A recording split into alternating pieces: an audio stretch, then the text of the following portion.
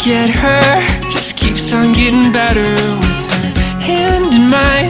So we're walking by the shore, I've got something to say, but words can't describe the way that I feel when I look in her eyes. Kita sambut meriah, kita berdiri semua. Tepuk tangan untuk Acan Bramawangso.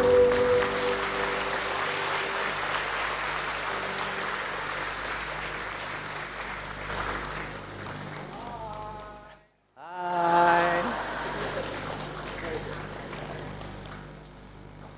May I sit?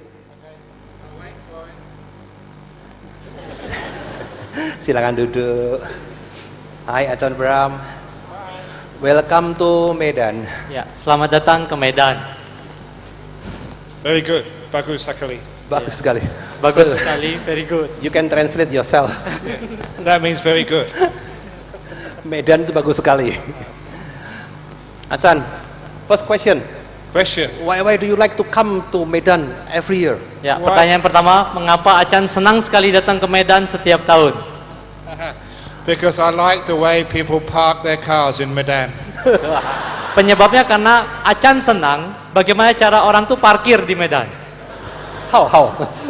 Because you always do double parking, but you never put your brake on, so people can move it. Ya. So you can let go. Very good. Sebab Anda itu kalau parkir selalu paralel. Nah, kalau di paralel itu Anda nggak pasang rem tangan, jadi bisa didorong sama orang. Jadi Anda bisa belajar melepas. Jadi ternyata alasannya begitu ya Bapak Ibu ya. Senang gitu Acan. Setiap kali ke kota mana saya ceritakan ciri khas setiap kotanya apa-apa. Nah, beliau terkesan dengan Medan, sungguh memang itu. Ya, alasannya kalau parkir tuh di pray begitu ya. Bisa let go.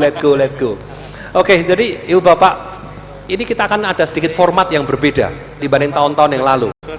Jadi karena sudah datang ke 5 kalinya di kota Medan, maka babak pertama atau ronde pertama ini kita tidak akan monolog talk show begitu, melainkan saya akan mengajukan, memberondong Acan Bram dengan berbagai pertanyaan-pertanyaan yang paling sering ditanyakan dan paling berbobot ya, dan bermanfaat untuk banyak orang.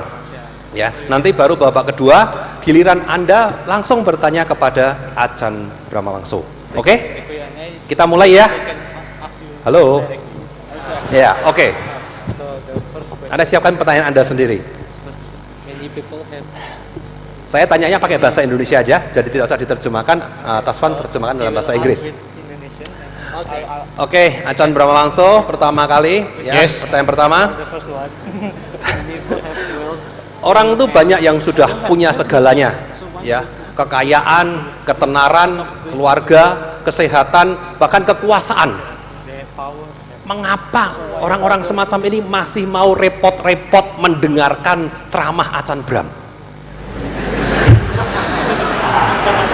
Because they have money, they have power, they have big family, but they don't have what I have. Nah, karena mereka punya uang, punya kekuasaan, punya keluarga besar, tapi mereka tidak punya apa yang saya punya. How come you're so wealthy, so powerful, but you never smile? Bagaimana bisa Anda itu punya begitu banyak uang, begitu banyak kekuasaan, tapi Anda tidak pernah tersenyum? Me, I've got nothing. No credit card, no bank account, no car, no pension, no wife. Sedangkan saya tidak punya uang, tidak punya kredit card, tidak punya buku tabungan, tidak punya mobil, tidak punya istri, tapi I have the secret of peace and happiness. saya punya rahasia kedamaian dan kebahagiaan. Itulah penyebabnya orang mau nikah.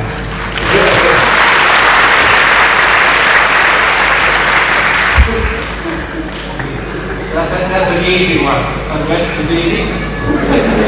Ya, pertanyaannya mudah tuh. Yang berikutnya mudah-mudah juga kan? Saya sengaja tidak akan mengomentari ya, karena saya sudah siapkan pertanyaan ya, ada sekitar 25 pertanyaan. Waktu kita hanya 45 menit termasuk terjemahan. Iya, Acan. Oh, sorry, Indonesia. Pertanyaan kedua, kita ini dunia penuh masalah dari zaman ribuan tahun lalu sampai sekarang, bukannya lebih sedikit masalah, malah tambah banyak masalah. Nah, menurut Acan, apa masalah yang paling berat atau paling buruk di dunia ini? I think the worst problem in the world is everybody is too tired. Nah, masalah terburuk di dunia menurut saya adalah semua orang di dunia ini terlalu capek. You're so tired, you get grumpy and angry at people.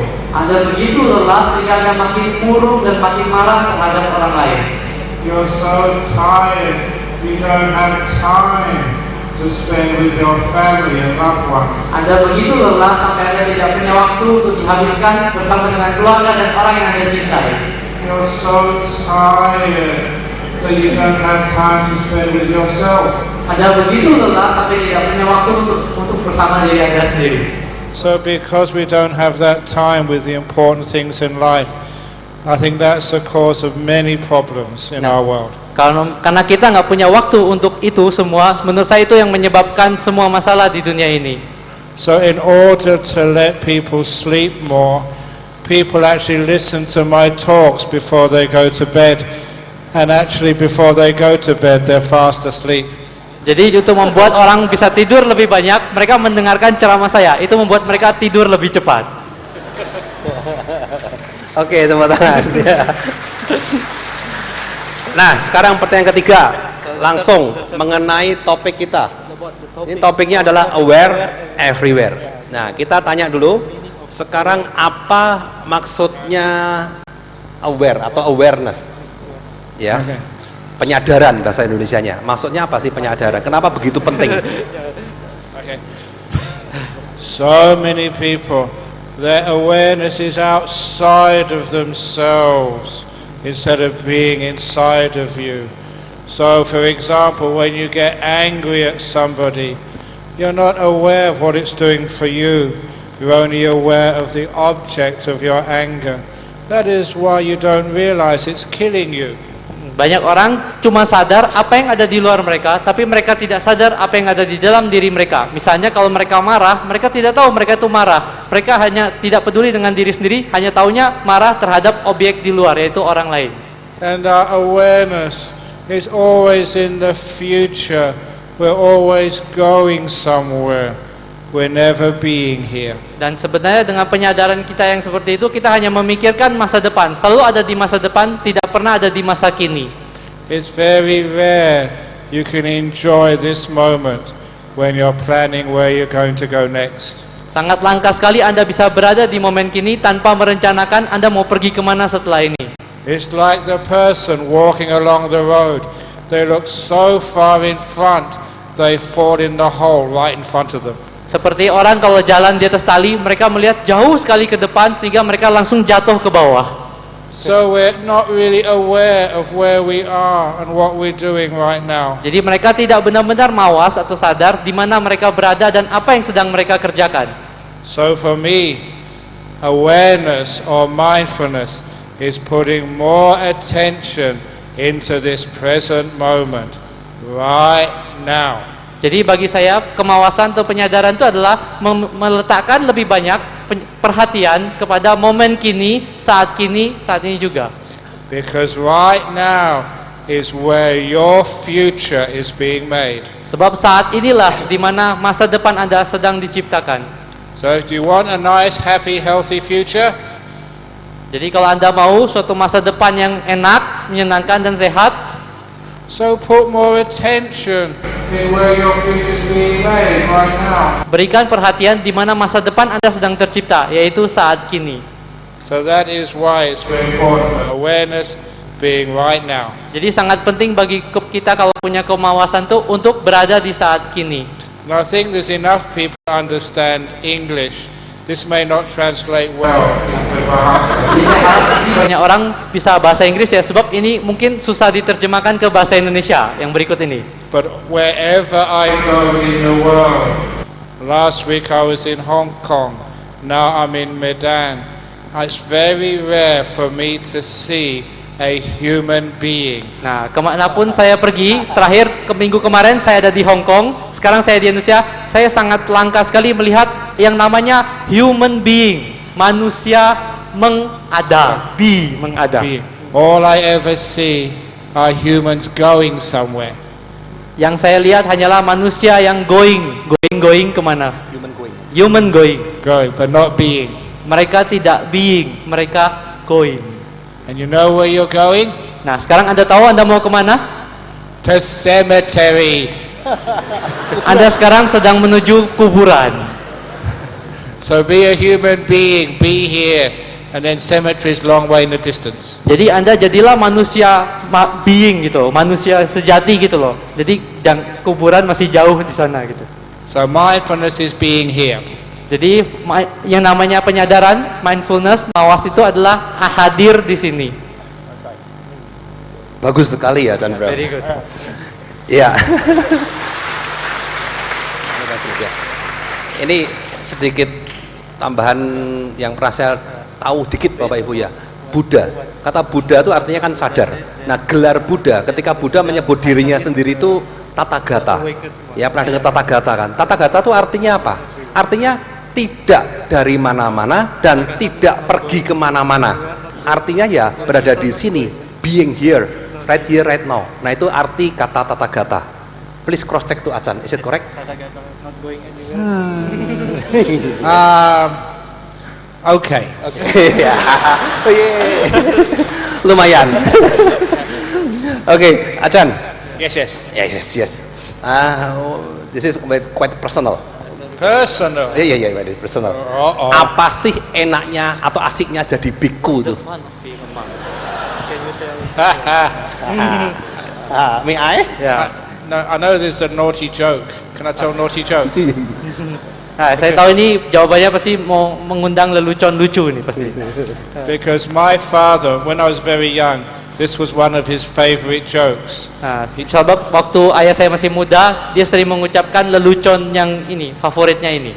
But it only works in English again. Tapi sekali lagi ini agak susah diterjemahin ya, konteksnya di Inggris gitu. He used to say, "What fun does a monk have?" And his answer was none. Nah, terus dia bilang, apa sih yang enaknya jadi biku?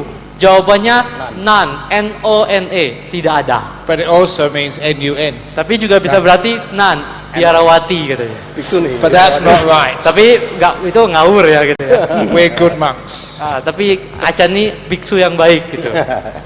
But what fun a real monk has is that because we can serve others and we can serve ourselves to a very high level, we have a lot of happiness. Jadi asiknya jadi biku adalah karena kita bisa melayani orang lain dan juga melayani diri kita sendiri sampai tingkat yang sangat tinggi, kita sebenarnya asik sekali. Because one thing today, economy very uncertain. Misalnya hari ini misalnya ekonomi itu tidak stabil, tidak pasti. But I have job security. Tapi saya punya keamanan pekerjaan ya. Pekerjaan saya aman gitu.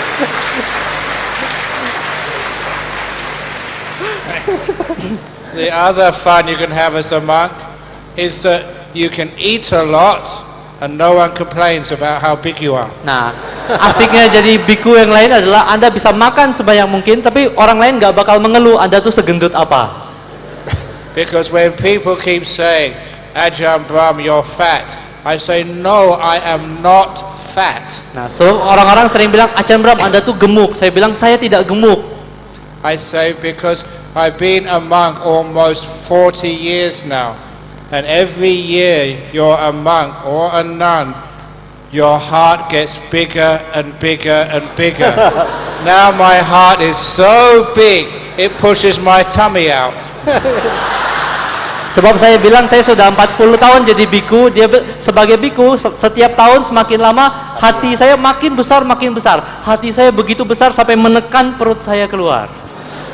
Big heart needs big body. Nah, makanya inilah penyebabnya punya tubuh yang besar ini. So that's the fun I can have as monk. Nah, itu contohnya keasikan kalau jadi biku ya. But seriously, the best fun of monk is having peace of mind, especially in deep meditation. Tapi serius sekarang menjawabnya, keasikan terbesar menjadi seorang biku adalah memiliki kedamaian yang sangat besar sebagai hasil dari meditasi. Just to sit anywhere, like in my cave where I live in Australia, and just have no worries, no past, no future, real peace that is so happy when you don't want anything else in the world, just to be here. Seperti waktu saya dimanapun, duduk dimanapun, termasuk dalam gua saya di Australia, saya cukup duduk di sana, tidak ada masa lalu, tidak ada kecemasan, tidak ada kekhawatiran, begitu damai, begitu bahagia. Itu betul-betul rasanya bahagia sekali. So that's the happiest you can be as a monk. Just closing your eyes, being still, being peaceful is one of the highest happinesses. Dan itulah salah satu kebahagiaan terbesar sebagai seorang biku, cukup memejamkan mata, hening batinnya, dan betul-betul bahagia. Itulah sukacita tertinggi. That's one of the reasons I became a monk. Itulah salah satu alasan saya kenapa saya menjadi biku. I had girlfriend, I had meditation, I compared the two, girlfriend go away, meditation's more fun.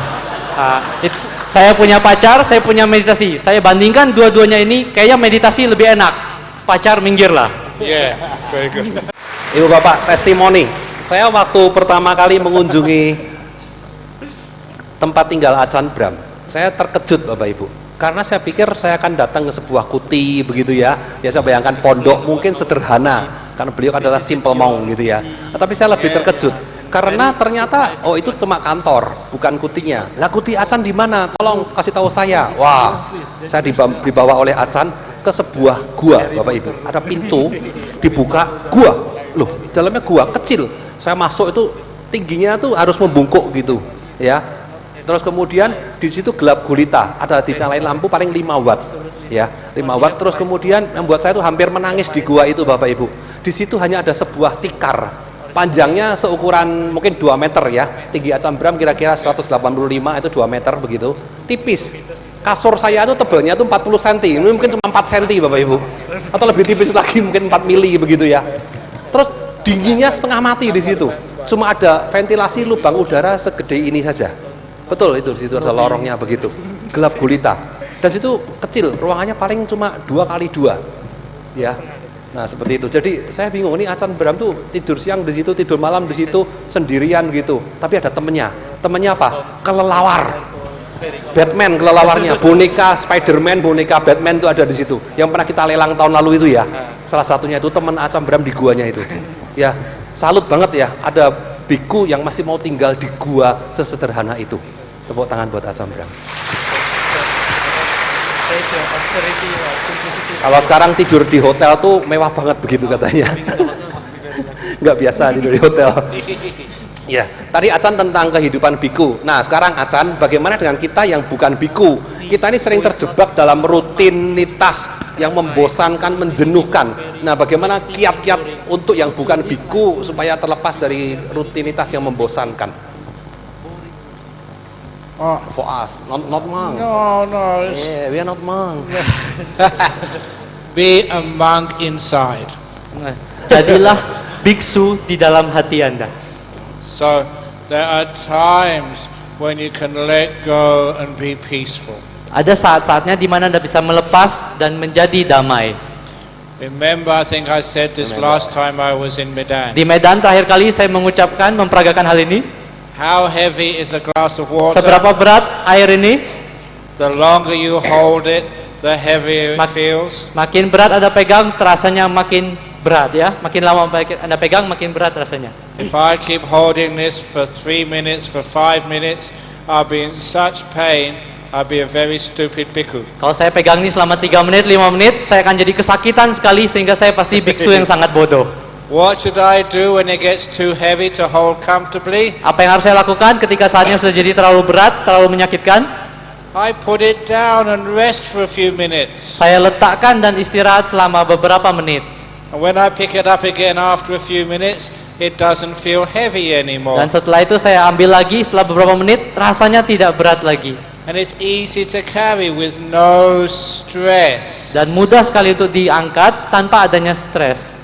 So the reason people aren't happy, it's not they have lots of things to do, they don't know how to work efficiently. Jadi alasannya kenapa orang itu tidak bahagia bukan karena mereka terlalu banyak hal yang dikerjakan, tapi mereka sekedar nggak tahu cara bekerja secara efektif. So you should take many rests during the day. Jadi Anda harus mengambil banyak istirahat selama hari-hari kerja siang hari To rest your brain, untuk mengistirahatkan otak Anda, which means after you've had a rest, you can do maybe 3 hours work in 2 hours. Jadi dengan gitu Anda bisa melakukan pekerjaan yang harusnya dikerjakan 3 jam cukup 2 jam saja. I know a friend, he says he meditates 1 hour every day, Jadi saya punya teman yang bilang bahwa dia bermeditasi 1 jam sehari, except when he's busy. kecuali kalau dia sedang sibuk. When he's busy, he meditates 2 hours a day Kalau sedang sibuk dia meditasinya 2 jam. because he needs to be really efficient. Karena dia betul-betul perlu untuk jadi efisien. Now, if you use your brain efficiently, you get more work done, so it's not hectic. Jadi kalau Anda menggunakan otak Anda dengan efisien, Anda bisa mengerjakan lebih banyak hal sehingga hal-hal itu tidak jadi terlalu padat. A busy person is not a person who has many things to do. It's a person who does too many things at the same time. Orang sibuk tuh bukan orang yang terlalu banyak hal yang mesti dikerjain, tapi orang yang mengerjakan terlalu banyak hal dalam satu waktu bersamaan. Do one thing at a time, do it well, have a rest, you get more done, you'll be more successful in life, and you won't be hectic. Lakukan satu hal dalam satu waktu, lakukan dengan baik, banyak istirahat, dan Anda akan bisa melakukan jauh lebih banyak. Anda akan jadi lebih efisien dan Anda akan lebih bahagia dalam hidup. And you'll have much more fun in life. Dan Anda akan jauh lebih mendapat kesenangan dalam hidup ini. One thing I thought of including, I was talking to this in business schools. Why not, like when you were at ordinary school, in your company, in the morning time, have maybe 10 minutes playtime, and in the afternoon, 10 minutes playtime, for all the executives to kick a football or go on swings.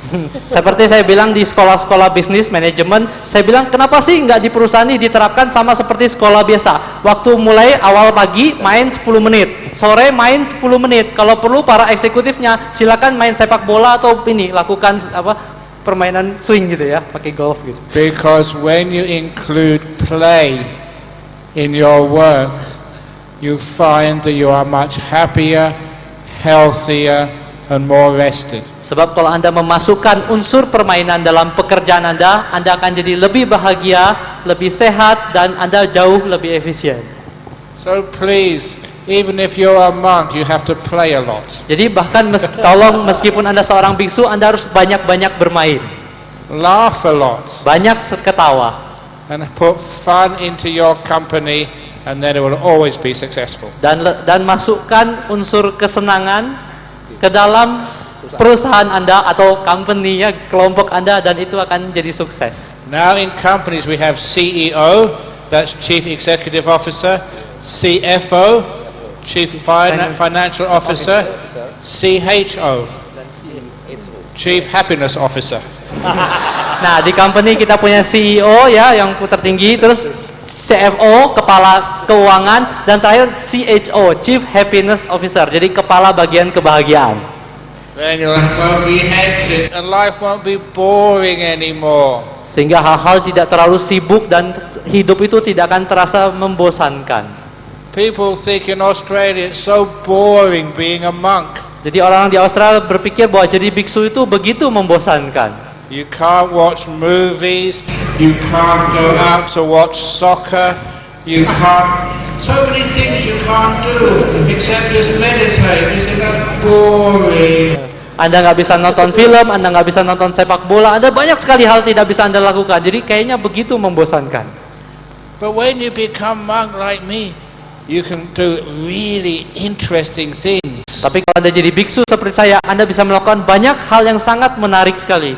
Like go to autopsies. Seperti pergi ke ruang bedah otopsi. That's interesting. Itu sangat menarik. Go to haunted houses Pergi to ke- get rid of the ghosts? Pergi ke rumah hantu untuk mengusir hantu? That's awesome. Itu sangat menakjubkan sekali. It's not boring. If you're bored, come with me next time I go to haunted house. Itu sama sekali tidak membosankan. Kalau Anda bosan, boleh ikut Acan lain kali ke rumah hantu berikutnya. So I have great time as monk, not boring at all. Jadi saya sangat asik sekali jadi biku, saya sama sekali tidak membosankan. So anyway, so you don't need to make life boring. Jadi Anda tidak perlu membuat hidup ini membosankan. Okay, enough. Iya, Ibu Bapak. Jadi memang saya sendiri kalau bareng-bareng Acan tuh rasanya lebih gampang ketawa, lebih gampang happy ya. Karena apa? Acan ini childlike, seperti anak-anak, but not childish. Tapi tidak kekanak-kanakan. Ya, jadi Acan mengajarkan kita nilai-nilai untuk menjadi seperti anak-anak. Bukan childish ya, tapi childlike seperti anak-anak. Ya, sekarang saya mau tanya sama Acan. Kalau kita sendiri sebagai orang tua ya, mengajarkan nilai-nilai kepada anak-anak kita sendiri, kira-kira nilai-nilai apa yang esensial ya kita kasih ke anak-anak kita? Okay, this is serious question. Nah, ini pertanyaan serius. Because some years ago, a young girl I'd known since she was just born, she was maybe 16, 17, she came to see me because she was pregnant. Nah, sini sebab beberapa tahun lalu ada seorang gadis umur 16-17 begitu, dia datang menemui saya karena dia mengandung. And I asked her, have you told your parents yet? Dan saya tanya kepada dia, apakah kamu udah beritahu orang tua kamu?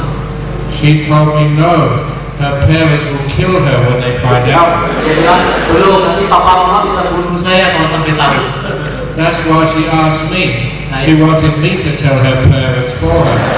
Itulah sebabnya dia lapor ke saya. Dia pengen saya yang lapor ke orang tuanya. And I was very touched that she made use of me as a good friend.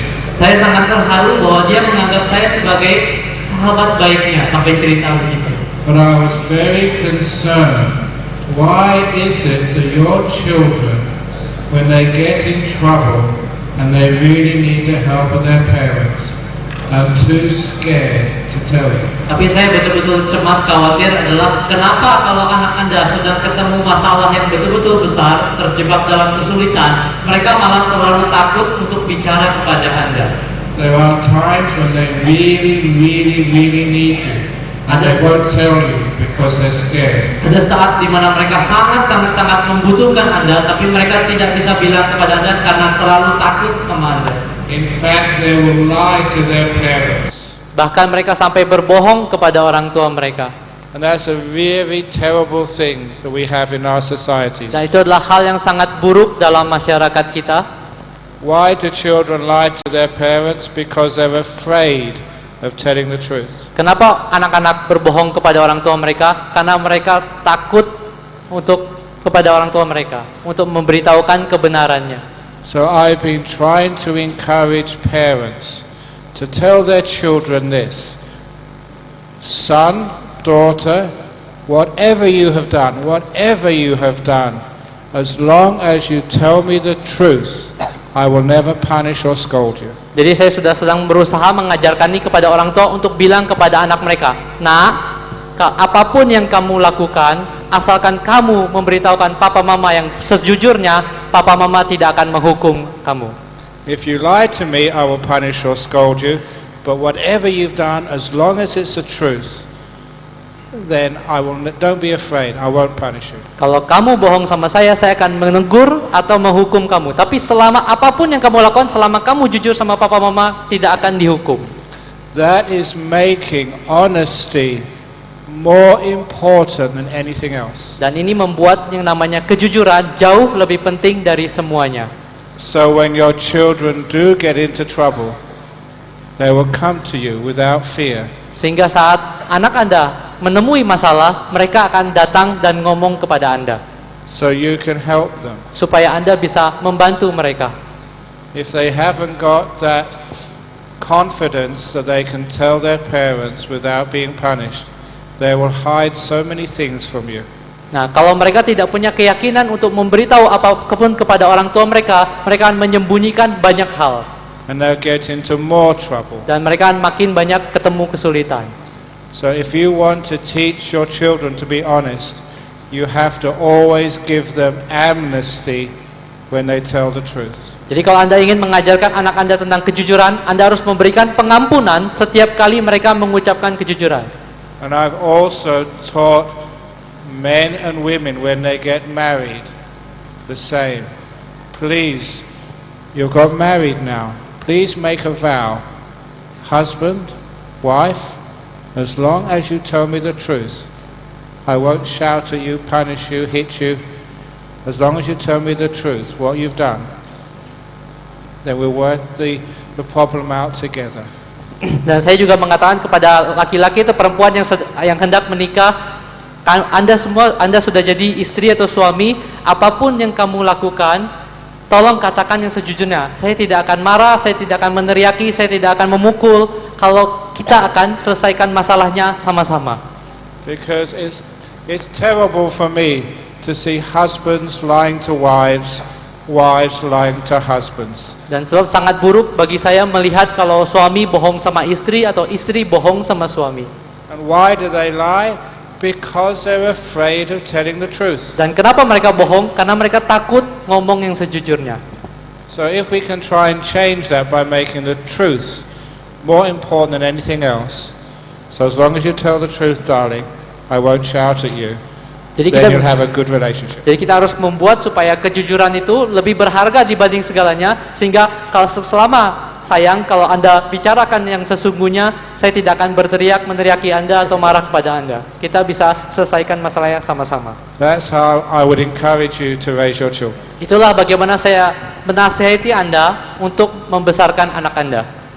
So, okay, go on.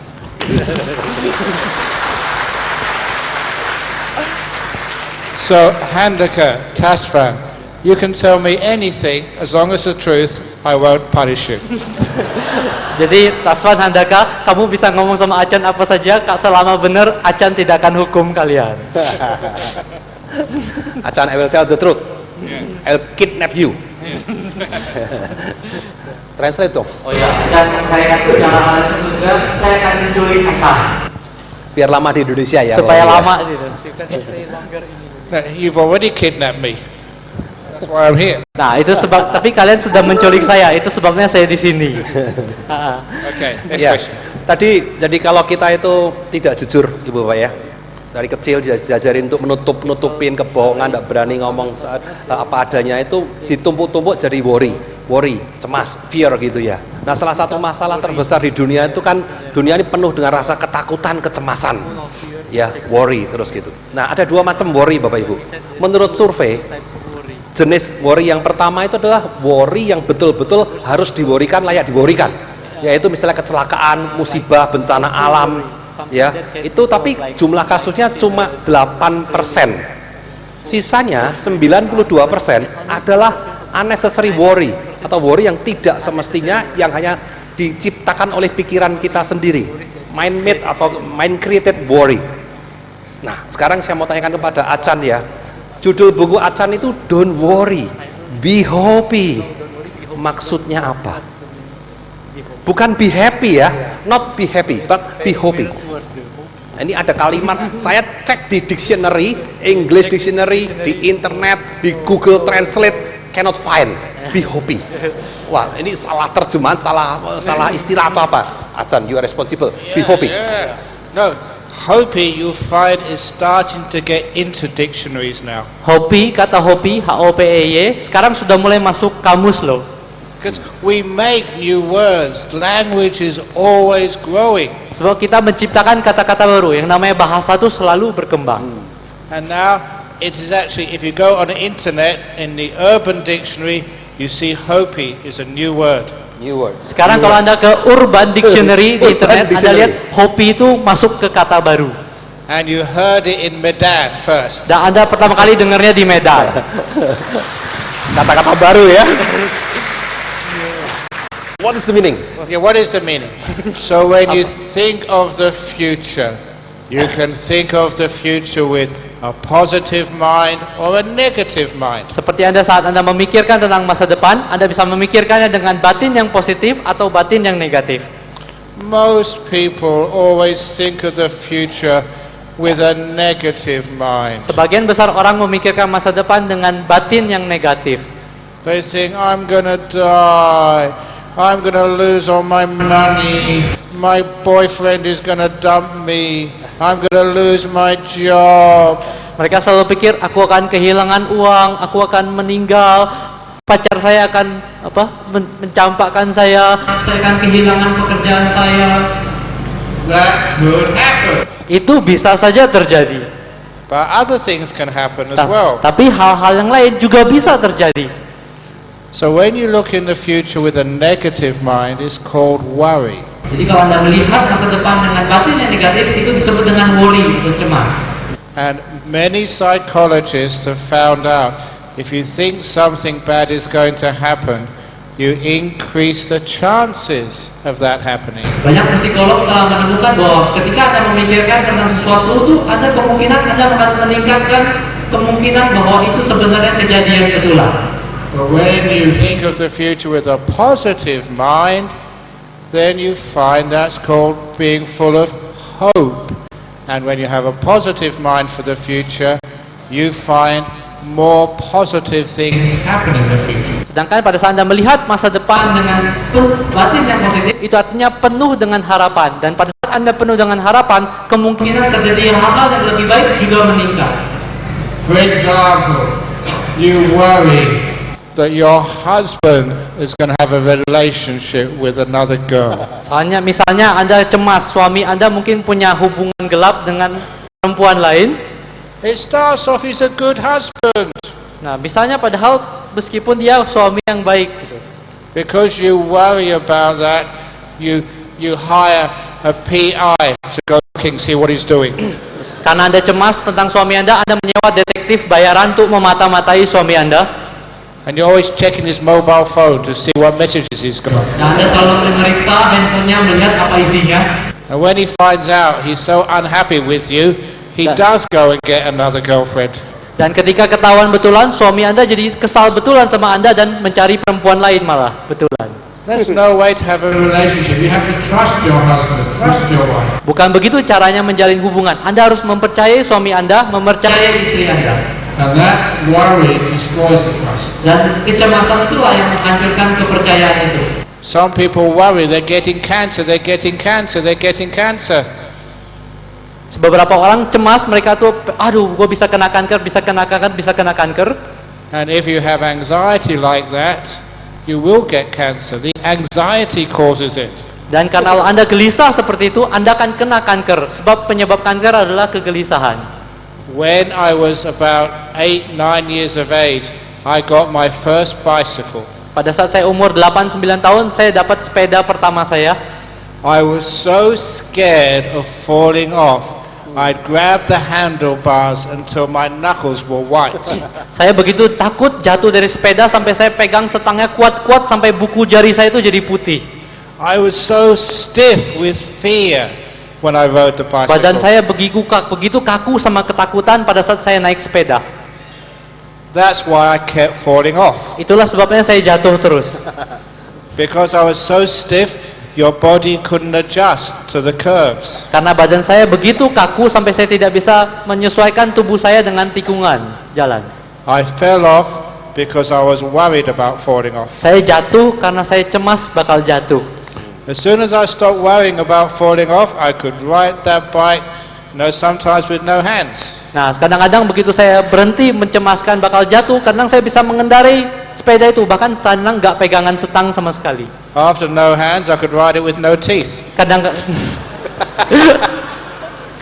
Lalu setelah itu saya bisa kendarain juga tanpa gigi katanya. But that's meaning being hopey. Hopey, looking at the future with a positive mind. Nah, itulah arti kata hopey, melihat masa depan dengan batin yang positif. The economy. When you look at the economy, have you got anxiety or are you hopey? Nah, seperti ekonomi, Anda lihatnya dengan kecemasan atau dengan harapan? Can I tell the story about the monks collecting wood? I haven't told that story before. Yeah, okay. Okay. There it's in the book. Ya. This is a story from my new book. Nah, ini ada ceritanya di dalam buku barunya Aca. There was a monastery in the north of India. Ada Up in the mountains. Ada biara di India Utara di atas gunung yang tinggi. And the old abbot had just died, so the monks elected a new abbot. Kepala biaranya baru saja mangkat, jadi mereka memilih kepala biara yang baru. When it got to the start of the winter time up in the mountains, the other monks asked the abbot, in your meditation, do you know whether it's going to be a cold winter, a very cold winter, or just a moderate winter? Saat musim dingin tiba, para biksu menanyakan ke biksu kepala, dalam meditasi Anda tahu nggak sih, ini musim dingin bakal sangat dingin, atau nggak dingin, atau musim dingin yang biasa-biasa saja? He did not want to disappoint the other monks, so he said, I'll meditate tonight, tell you tomorrow. Dia tidak ingin mengecewakan murid-muridnya itu, jadi dia bilang, saya meditasi dulu malam ini, nanti besok saya kasih tahu.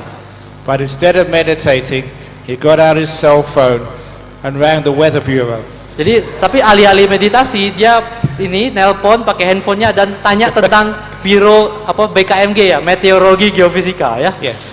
Anonymous call. He got through to the head, the professor, and said, do you know whether it's going to be a cold winter or not this year? Dia langsung tanya ke profesor cuaca yang paling tinggi, dia bilang, apakah Anda tahu ini musim dingin bakal dingin sekali atau tidak?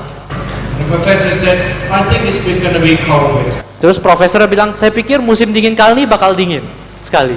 So the next morning, the monk said, last night I meditated, and I found out it's going to be a cold winter. Lalu besoknya dia kasih tahu ke murid-muridnya, kemarin malam saya meditasi, saya tahu bahwa musim dingin ini bakal sangat dingin. So you better collect lots of wood. Jadi siap-siap kumpulkan banyak kayu bakar. So all the monks worked hard collecting lots of wood. Jadi para biksu bekerja keras mengumpulkan banyak kayu bakar. And they asked him, have you got enough? Lalu dia tanya kepada biksunya, biksu kepala, sudah cukup belum kayu bakarnya? So he said, I'll meditate tonight and find out. Terus dia bilang, saya meditasi lagi nanti untuk cari tahu. So when he was alone in his room, he got out his mobile phone, rang weather bureau again. How's it going? Do you really think it's going to be cold still? Saat dia lagi sendirian, dia keluarin handphone lagi, telepon badan cuaca, tanya, bagaimana nih kelihatannya nih? Musim dinginnya bakal dingin sekali tidak? And the professor said, the signs have got much worse. I think it's going to be a very cold winter this year. Terus profesornya bilang, pertanda-pertandanya bakal memburuk nih. Ini bakal jadi musim dingin yang sangat buruk. And the following morning, the abbot said, I found out, I meditated last night and I found out it's going to be colder than I expected. Collect more wood. Jadi dia bilang, saya kemarin meditasi, saya menemukan bahwa akan jadi musim dingin yang lebih buruk daripada dugaan saya. Kumpulkan lebih banyak kayu bakar lagi. So the monks worked extra hard collecting more wood. Jadi para biksu bekerja ekstra keras mengumpulkan kayu bakar. When they asked, have we enough now? He said, I'll meditate tonight. Terus mereka tanya, udah cukup belum kayu bakar? Ntar saya meditasi dulu. And when he called the weather bureau, they said, the signs have got even worse. Terus saat dia sendirian, dia tanya lagi ke biro cuaca, profesor bilang, pertandanya semakin memburuk. The signs are showing it's going to be one of the coldest winters ever. Pertandanya akan menunjukkan bahwa inilah salah satu musim dingin yang paling dingin sepanjang sejarah kali ya. And the abbot, the professor never knew who was calling. The abbot said, how do you know it's going to be so cold? Dan profesor tuh tidak tahu bahwa siapa yang nelpon ini, nggak tahu si kepala biara. Dia tanya, si kepala biara nanya, bagaimana Anda tahu ini bakal jadi musim dingin yang paling buruk? And the professor told the caller, he didn't know it was the abbot.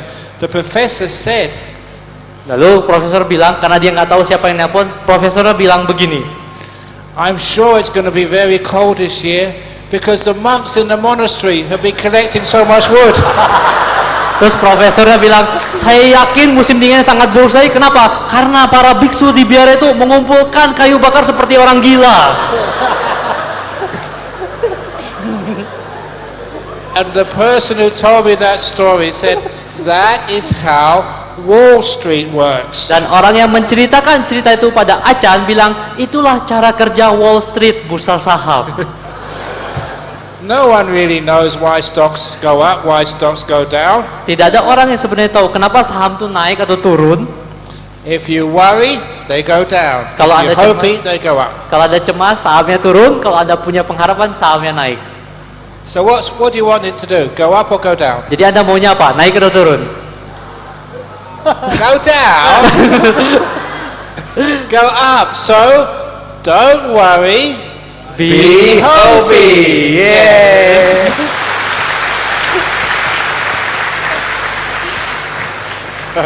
Ada. Oke, kita masih punya beberapa pertanyaan lagi ya. Tadi ngomong-ngomong tentang ekonomi. Nah, ini saya mewakili pertanyaan titipan mengenai ekonomi. Bagaimana caranya menjadi kaya secara cepat, Acan? Faster. So fast. The fastest way to be. Okay. How to be rich fast. What do we mean by being rich? Apa sih maksudnya jadi kaya itu? Being rich is having so much you don't want anything more. Menjadi kaya itu adalah punya segala sesuatu begitu banyak sampai Anda nggak perlu apa-apa lagi. I don't want anything more. Saya nggak perlu apa-apa lagi. That's why I'm very rich. Karena itulah saya sangat kaya. If you want to be rich fast, Kalau Anda pengen jadi kaya cepat, learn how to be content. belajarlah bagaimana punya kecukupan hati. Learn how to appreciate your wife. Belajarlah untuk menghargai istri Anda. If you think of getting rid of her and getting another girl, remember this. All women, they're the same. Kalau Anda pikir Anda pengen mengganti atau menukar istri Anda dengan yang perempuan lain, ingatlah kata-kata Acan ini. Semua perempuan itu sama saja. They're like these cars. The outside, the chassis is different, but the engine is the same. Mereka seperti mobil-mobil bagus. Luarnya bentuknya beda-beda, tapi mesinnya sama. So if you get rid of your wife and you get another one, it's the same. Jadi kalau Anda menukar istri Anda terus ganti lagi, ya sama aja semuanya gitu. So be content with the one you've got. Jadi berpuas hatilah dengan apa yang Anda miliki. Have you never heard the old English saying, a bird in the hand is worth two in the bush? Anda pernah dengar pepatah Inggris, satu burung di tangan lebih berharga daripada dua di semak-semak? So remember, a wife in your house is worth two mistresses. Jadi ingat bahwa satu istri di rumah itu lebih berharga dari dua selir atau istri gelap. So keep your wife, Jadi- be content, then you're rich. Nah, jadi kalau Anda bisa berkecukupan hati, menghargai istri Anda itu sudah kaya. Same with your husband. You know, if you try and get another husband, you know, one husband's enough suffering. What do you want another one for? Sama halnya dengan suami, Anda ingin dapat suami lain, suami itu udah cukup banyak penderitaan, satu suami aja loh, apalagi kalau tambah gitu ya. So you're happy with him. Jadi Anda berbahagialah dengan suami Anda. Some people want to be promoted to get a high level in their job. Atau beberapa orang pengen dipromosi, diangkat jabatannya.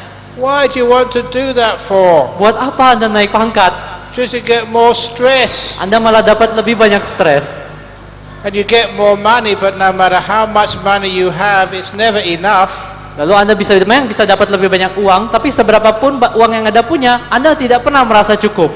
So have not enough money now and no stress. Jadi Anda cukup punya banyak uang sekarang dan Anda tidak punya stres, ya, berkecukupan dengan yang Anda miliki. And how big a house do you want? Dan seberapa besar sih rumah yang Anda pengen miliki? Big house means lots of cleaning. Get small house, very nice. Rumah besar perlu lebih banyak dibersihkan. Rumah kecil tuh lebih enak. And a car, what do you want a car for? Lalu mobil, buat apa Anda punya mobil? Get motorbike. Ambil motor aja, pakai motor aja. Much better in traffic in Medan. Nah, lebih bagus kalau mengatasi macet di Medan.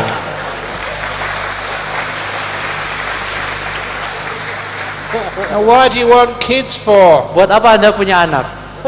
Get a dog, doesn't cost so much. Nah, pelihara anjing aja, biayanya nggak lebih kecil. So that's how to be rich. Nah, begitulah caranya jadi kaya. Oke, tepuk tangan lagi ya, Cambram ya. Wah, ini repot ya. Kita nanyanya kadang-kadang kita berharap wah jawabannya harusnya begini-begini menurut kita. Kalau ditanya sama Cambram, wah jadi bisa di-smash balik begitu ya. Sekarang pertanyaan hampir-hampir yang terakhir mengenai tadi kecemasan sudah, kekayaan sudah. Nah, kita mau lihat satu lagi yang lebih fisik. yaitu kesehatan. Acan Bram ini sekarang usianya sudah 63 tahun. Tetapi saya sendiri kagum karena sangat bugar, sehat, kuat. Kalau jalan kaki itu lebih cepat dari saya. Yeah. Ya. Kemudian bulan lalu pergi sama teman saya ke Bhutan, naik ke karang-karang ada Tiger Nest Monastery begitu ya. Wah, yang muda-muda katanya ngos-ngosan. Tetapi dia bilang sampai testimoni, sumpah Pak Andaka, sumpah Acan Bram kuat banget, nggak sengal-sengal gitu ya. Nah, saya jadi penasaran, ini saya tanyakan, apa rahasia kebugaran Acan Bram di usia 63 tetap sehat bugar seperti ini? First of all, Handaka, I am not 63 years of age. Yang pertama, saya belum 63 tahun. When I was in Bhutan, I celebrated my 750th birthday. Di Bhutan saya merayakan ulang tahun saya yang ke-750. I cannot lie because I'm Buddhist monk, Yeah. and they even gave me cake. Happy 750th Ajahn Brahm. Saya tidak bisa bohong sebagai biksu, dan mereka benar-benar merayakan tulisnya selamat ulang tahun ke-750. Wow. Do you believe that? I am 750. Anda percaya saya umurnya 750? It was true. Itu benar. 750 months. 750 Bulan. bulan. Because as a monk, 750 sounds much Holy. better. Yeah, more Lebih holy than Sebab 63. holy. Oh, yeah. lebih suci ya. More holy. So I count it in months. Jadi sebab kalau dihitungnya pakai bulan lebih gede, angkanya kelihatannya lebih suci katanya ya. Nah, kalau ini tahun 63 katanya. 63. What's your secret? My secret of being fit is when you meditate. When you meditate, you don't wear out your body so much. Jadi kalau Anda bisa meditasi, Anda tidak akan melelahkan tubuh Anda begitu rupa. If you do have a car, if you want it to last a long time, you take good care of it. Kalau Anda punya mobil, kalau Anda pengen mobil itu awet, Anda rawat dengan baik-baik. So I take such good care of my body. Jadi saya merawat tubuh saya dengan begitu baik. That's why it's very fit. Itulah sebabnya saya sangat bugar. So when it's tired, I know how to rest. Jadi saat itu lelah tubuh saya tahu bagaimana caranya istirahat. I don't worry. That's why I've got no lines or wrinkles. Saya I don't use cosmetic. Nah, saya tidak cemas, makanya saya tidak punya keriput atau garis-garis ini. Saya tidak pakai kosmetik. And that is why I get very fit. Itulah sebabnya saya sangat bugar. And my heart, sometimes, I do sometimes eat greasy food, but the reason why I don't have heart trouble is this. Nah, kadang-kadang saya juga banyak makan makanan berlemak, tapi jantung saya tuh saya nggak pernah masalah. Ini penyebabnya nih. This is science. I read this in a science journal. It has been proved. Ini ilmu pengetahuan dan saya membacanya di jurnal ilmiah dan ini baru terbukti. When you get angry, when you get depressed or negative, your blood vessels close up. They get thinner and thinner. Kalau Anda marah, Anda cemas, depresi, maka pembuluh darah Anda akan jadi mengecil dan makin tipis, makin tipis, makin tipis. But when you're happy, especially when you laugh, your blood vessels get bigger and bigger and bigger. Terutama kalau Anda bahagia, terutama Anda kalau tertawa, pembuluh darah Anda akan makin besar, membesar. I laugh so much that my blood vessels are so wide. They're like superhighway. I can eat anything and anything goes through. Saya tertawa begitu banyak sampai pembuluh darah saya selebar jalan tol. Apapun yang saya makan bisa masuk ke situ. So if you are overweight, laugh a lot, it will save your life. Kalau Anda kelebihan berat badan, tolong tertawa banyak-banyak. Itu bisa menyelamatkan hidup Anda. But if you're fat and miserable, that's it, you're dead. Tapi kalau Anda sudah gemuk, tapi Anda juga pemurung, wah itu Anda sudah mati itu. Isn't that the case that all fat people are very happy? Bukankah memang terbukti ya kalau kita lihat semua orang gemuk itu orang yang bahagia? Like Santa Claus. Seperti Santa Claus misalnya. Ho ho ho. And he's been living for 200 years, 300 years. Ya, Santa Claus itu selalu ketawa ho ho ho, dan bukankah dia sudah beredar selama 200 tahun ini? So all the fat people you see are always happy because the fat miserable ones died a long time ago. Jadi orang bahagia yang gemuk tuh selalu ada gitu loh. Sebab yang pemurung tuh udah mati. So that's the other reason why I'm very fit. Nah, Laugh a lot, wide blood vessels, you have good circulation. Nah itu penyebabnya kenapa saya begitu bugar, banyak ketawa, pembuluh darah lebih lebar, Anda bisa lebih sehat. Iya, tepuk tangan meriah buat Achan Bram. Ibu bapak, saya sekarang akan menanyakan 10 pertanyaan berturut-turut kepada Achan Bram, dan saya akan minta Achan Bram untuk menjawab setiap pertanyaan dalam 1 kalimat singkat. Short question, short answer, untuk mengenal pribadi Achan Bram lebih bagus lagi. Are you ready, Achan Yes. Bram? Okay, Yeah. I am ready. Yeah. Hit me. Let the battle begin. What are your favorite? 1. Apa hobi Anda? Well, my favourite hobby is laughing. My favorite, ya, hobi saya adalah ketawa. Biar seru, setiap selesai saya menjawab, tepuk tangan. 2. Ketika Anda bosan, apa yang Anda lakukan? Laugh. Tertawa. Ketawa lagi. 3. Kalau seseorang menyakiti atau melukai Anda, menyinggung Anda, apa yang Anda lakukan? Laugh. Tertawa.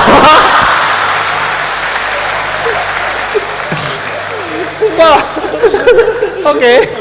In other words, I never let anyone control my happiness. Dengan kata lain, saya tidak pernah membiarkan seorang pun mengendalikan kebahagiaan saya. They may try and hurt me, but when I laugh back, that really upsets them.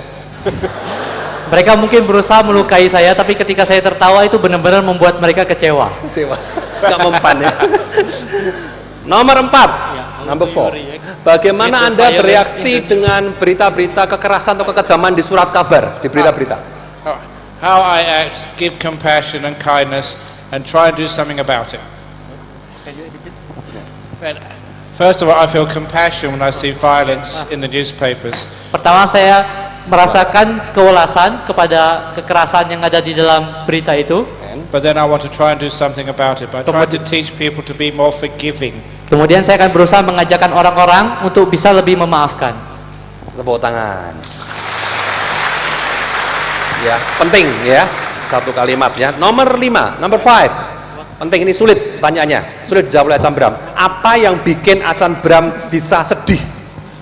I don't know. Difficult for you. Jawabannya, saya tidak tahu. What? The answer is you don't know. I don't know. Saya tidak tahu. Tepuk tangan. Ya, itu jawaban ya. It's been a long time since I was sad. Sudah lama sekali berlalu sejak saya sedih.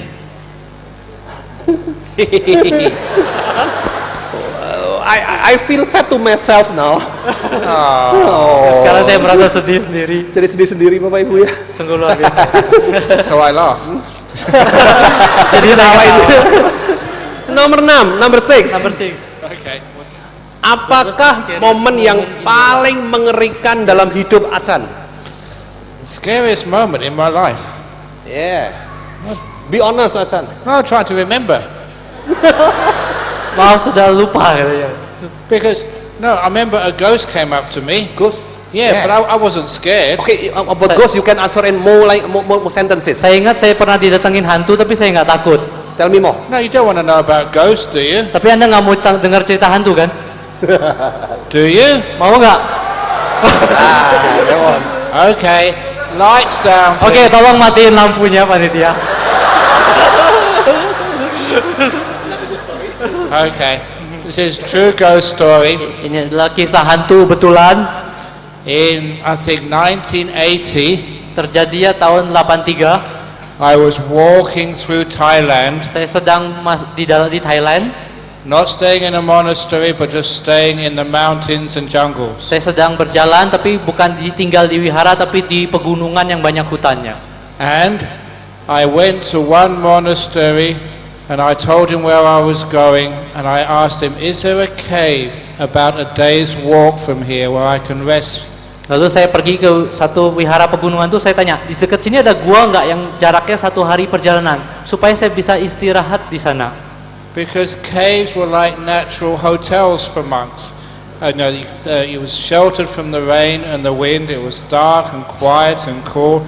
A great place to stay if you were a monk. Karena gua itu seperti hotel alami bagi para biksu. Tempatnya tenang, bisa berlindung dari hujan, ya, dari sengatan matahari dan yang lain-lain. And the monk I asked was very famous. He said, yes, there is a cave about a day's walk from here, but it has a ghost in it. Terus biksu yang saya tanya itu biksu terkenal. Ya, ada gua yang jaraknya 1 hari perjalanan dari sini, tapi dalam gua itu ada hantunya. And it was a bad-natured ghost. Dan itu adalah hantu yang jahat. Some monks had stayed there and got either sick or terrified and had to run away. Para biksu yang tinggal di dalam gua itu pasti jatuh sakit atau sangat ketakutan sampai melarikan diri. That was Ajahn Suwat. Nah, itu nama biksu kepalanya adalah Ajahn Suwat. When I heard that from a famous monk, that there was a bad ghost in that cave, I thought, yes. Saat saya dengar ada hantu jahat di sana, saya pikir yes, hore gitu ya. So I went there. I went to the village and asked the villagers where that cave was. Saya pergi ke sana, saya tanya di desa dekat sana, di mana sih letak gua itu? It was one of the spookiest caves I've ever stayed in. Itu adalah gua yang paling seram yang pernah saya lihat. There were some ancient Buddha statues there. It was an old cave monks had used for maybe centuries. Ada arca Buddha yang tua sekali ada di sana. Mungkin para biksu sudah ada di sana berabad-abad yang lalu. But no one dared stay there now. Tapi sekarang tak ada seorang pun berani tinggal di sana. And the layman who took me there said, if you go deeper into the cave where you have to crawl, there is a skeleton in the bottom of the cave. Lalu perumah tangga yang menyertai saya mengatakan bahwa kalau bagian dalam gua itu begitu rendahnya sampai Anda harus merangkak, dan di sana ada kerangka manusia di dalamnya. A human skeleton. Kerangka manusia di dalamnya. No one knows why that skeleton is there. Tak seorang pun tahu kenapa ada kerangka manusia di sana. But there's a human skeleton Tapi itu kerangka manusia ya, in the bottom of the cave di bagian dasar dari gua itu. where I was going to stay. Tempat saya akan tinggal di sana. And it was dark Dan tempatnya gelap and I was all alone. dan saya sendirian. The layman, he would not stay there with me. He went back to village. Perumah tangga yang nggak mau tinggal sama saya, dia langsung balik ke desa. So it was just me and the ghost. Dan cuma saya, jadi cuma ada saya sama hantunya itu. So I started meditating. Jadi saya mulai meditasi. It was absolutely dark. You couldn't see anything. Gelap gulita, tidak bisa kelihatan apapun. The nearest layman was 3 kilometers away. Tempat terdekat tuh 3 km jauhnya, rumah terdekat. There's no mobile phone in those days. Gak ada handphone zaman itu. If anything happened, the end of Ajahn Brahm. Kalau ada apa-apa pasti tamat riwayat Ajahn Brahm. So I meditated. Jadi saya meditasi. It was so still, you couldn't hear a sound. Begitu hening sampai nggak kedengaran apapun. And I meditate in the dark, waiting for the ghost. Saya meditasi dalam kegelapan, menunggu hantunya datang. Waiting and waiting and waiting. Menunggu dan menunggu.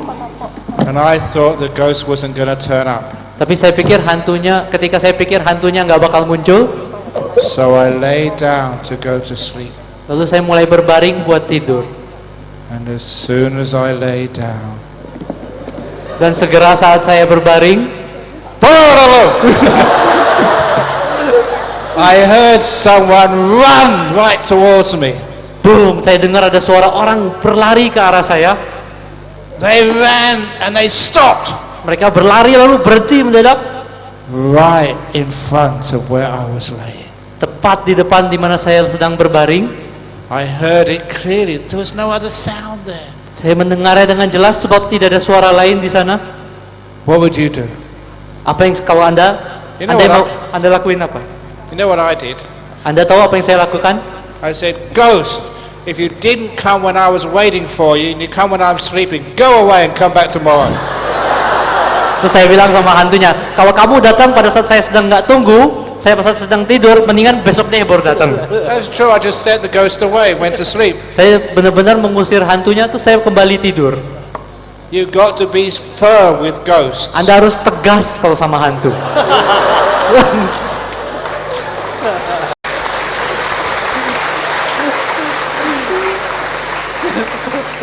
But that wasn't really scary. What else was scary? I don't know what's scary. Ya, tapi ya itu cukup menakutkan, tapi ya nggak gitu menakutkan juga. Jadi apa sih yang menakutkan gitu ya? Oke. Jadi pertanyaan nomor 6 sudah terjawab. Apakah peristiwa yang paling menakutkan bagi Acam Bram? Tepuk tangan untuk jawaban Acam Bram ya. Khusus untuk cerita hantu boleh panjang lebar begitu. 7, 8, 9, 10 satu kalimat Acam Bram. Nomor 7. Nomor 7. Apakah kesalahan terburuk yang pernah Acan lakukan dalam hidup Acan? Okay, my worst mistake was getting reborn. Kesalahan Being terburuk reborn, saya sorry. adalah terlahir kembali. Itu kesalahan paling buruk. It's hard work getting reborn. Kalau terlahir kembali itu perlu kerja keras sekali. But I've made many little mistakes. Tapi saya membuat banyak kesalahan kecil. Like it was only a year or 2 years ago. I was very tired and I was doing a wedding blessing. Jadi waktu itu setahun atau 2 tahun lalu saya sebenarnya lagi capek sekali dan waktu itu lagi melakukan pemberkatan pernikahan. When we do wedding blessing, we do some Buddhist chants in Pali language. Saat kita memberkati pernikahan, kita membacakan panita dalam bahasa Pali. So the new husband and wife don't know what I'm chanting. They can't understand Jadi Pali. suami istri itu nggak tahu saya ini sedang merapal apa gitu loh. Mereka pikir wah saya sedang memberkati. Because I was tired, I made a mistake. I did the funeral chanting, not the marriage chanting. Karena saya sedang capek, saya sedang membacakan parita perkabungan, bukan parita pernikahan. The strange thing is they're still married. Yang anehnya mereka tetap masih nikah. Orang ini.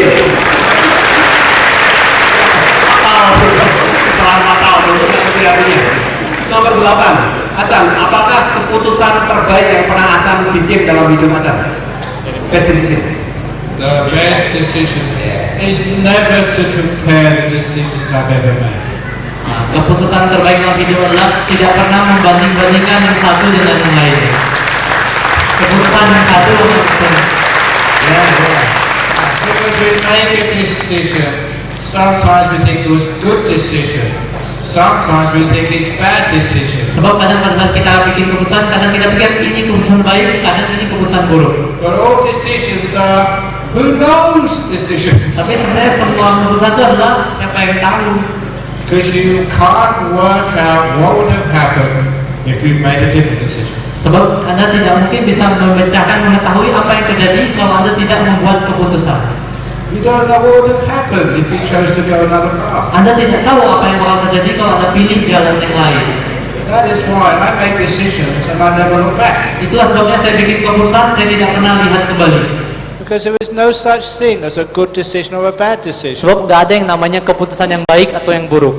If you can understand that, you make decisions much easier without worrying so much. Kalau Anda bisa memahami seperti itu, Anda bisa membuat keputusan dengan lebih mudah tanpa kecemasan. Just do it. Just Don't do worry. it. Cukup lakukan, jangan cemas. Be hoping, yeah. Be hoping. Whether you go left or go right, that's not the point. It's How you proceed on the journey when you go left. Bukan masalah Anda pilih ke kiri atau ke kanan, tapi bagaimana Anda menjalani ke kiri atau ke kanan itu. or what you make of the road if you go right. Atau Anda memikirkan apa yang bakal terjadi kalau Anda pilih yang ke kanan. The decision is not important. It's what you do next is important. Keputusannya bukan yang penting, tapi apa yang Anda lakukan berikutnya adalah yang paling penting. You may make a decision of marrying someone. It doesn't matter really who you marry, it's what you make of that marriage. Bukan keputusan menikah itu yang paling penting, tapi apa yang Anda lakukan dalam pernikahan itu. So don't just waste time thinking should I, shouldn't I, should I, shouldn't I. Just do it. Jangan habiskan waktu berpikir mau nggak ya, lakukan nggak atau nggak. Cukup lakukan saja. Yeah, and make it work. Dan buatlah itu berhasil. Yeah. Yes. Yeah. Nomor 9. Nomor 9 ini sangat sulit dijawab oleh seorang biksu sebetulnya. Tapi saya nekat mempertanyakannya. Acan, Yes. apakah Anda tercerahkan, tersucikan? He who knows doesn't say. He who says doesn't know. Ia yang tahu nggak ngomong, ia yang ngomong tidak tahu.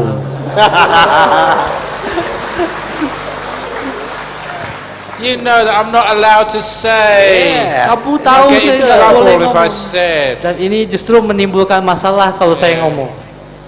Already people bother me too much. Sudah banyak orang sampai sekarang ini udah cukup mengusik saya, merepotkan saya gitu. Because if I said I was enlightened, everybody would be trying to prove I wasn't. Kalau saya bilang saya tercerahkan, semua orang akan berlomba-lomba membuktikan saya tidak tercerahkan. It's true. So it's best if you are enlightened, keep quiet. Jadi kalau Anda tercerahkan, diam-diam aja. Okay. Oke. Iya, tepuk tangan ya. Ini penting ya. Jawab, cara menjawabnya, bukan jawabannya, cara menjawabnya itu loh. Terakhir, nomor 10. Apakah yang akan menjadi kalimat terakhir Acan sebelum Acan meninggal dunia?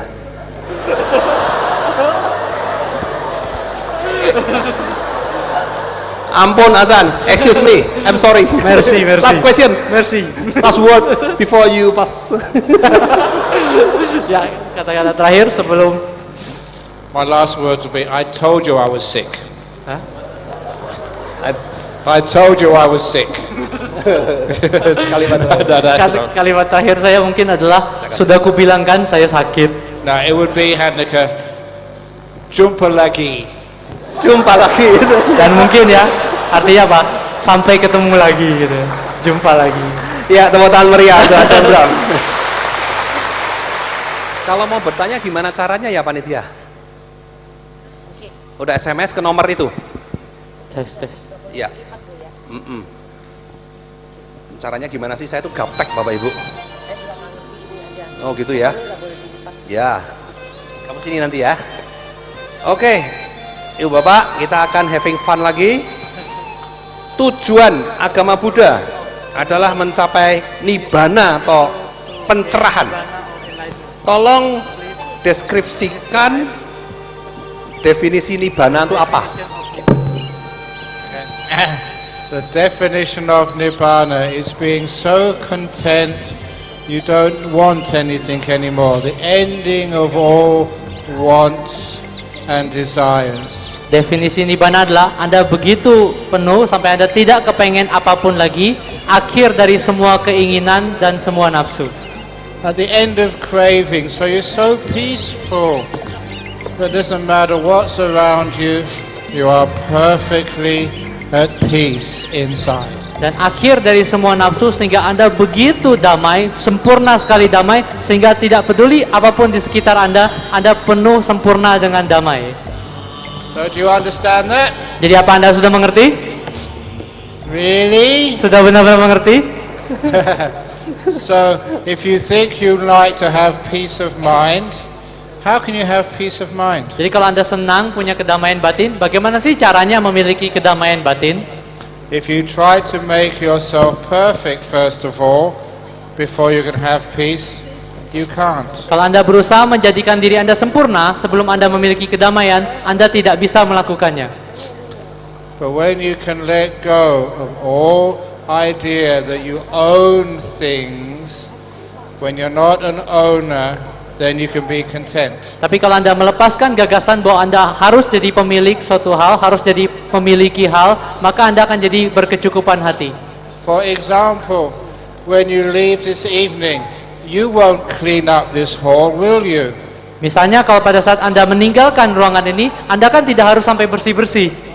Because you don't own this hall. Karena Anda tidak memiliki aula ini. That means you can enjoy it without any responsibility. Artinya Anda bisa menikmati aula ini tanpa ada tanggung jawab. When you leave your body, do you have to clean it up? Apa kalau Anda meninggalkan tubuh Anda ini, Anda harus membersihkannya? It's not your body. If you don't own your body, it belongs to nature. Nah, itu kalau ini tubuh ini bukan milik Anda. Kalau Anda meninggalkannya, tubuh ini jadi milik alam. You find when you realize how little you own in life, then the more you can let go and go closer to Nibbana. Semakin Anda menyadari bahwa Anda sebenarnya memiliki makin sedikit dan sebenarnya sedikit sekali dalam kehidupan ini, Anda makin dekat dengan Nibbana. So the meaning of life is we enjoy each other's company, we enjoy this moment.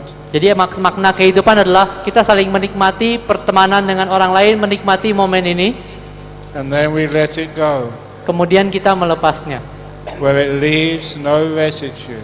Nah, sehingga tidak meninggalkan sisa apapun. Just like the lotus flower, when water falls on it, it touches it for a moment and then falls away. Seperti daun teratai ya, ketika air jatuh ke daun teratai itu hanya menyentuhnya sekejap, lalu setelah itu lewat tanpa membasahinya. So life leaves no residue on you. Jadi hiduplah dengan tanpa meninggalkan residu atau sisa, jejak. No lingering in the past. Tidak perlu berkutat dengan masa lalu. No collecting the present. Tidak perlu mengoreksi, memperbaiki masa kini. But letting everything go as you flow through life. Tapi biarkan semuanya mengalir sepanjang kehidupan ini. Realizing how little you really owe. Menyadari betapa sedikitnya sebenarnya Anda memiliki hal-hal. Okay, that's the start.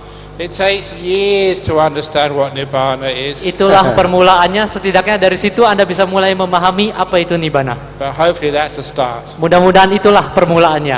Iya, tepuk tangan ya. Acan ini kalau menjelaskan sesuatu tuh secara pragmatis, bukan banyak teori-teori begitu ya, langsung prakteknya karena beliau seorang praktisi. Oke, ini pertanyaan berikutnya. Ya, bagaimana cara membuktikan adanya hukum karma? Karena banyak orang yang jahat hidupnya malah bahagia, sedangkan orang yang baik malah hidupnya susah. Nah, kan tidak sesuai hukum karma nih. Nah, bagaimana tuh Acan? That's not true. I'm a good person. I don't have suffering.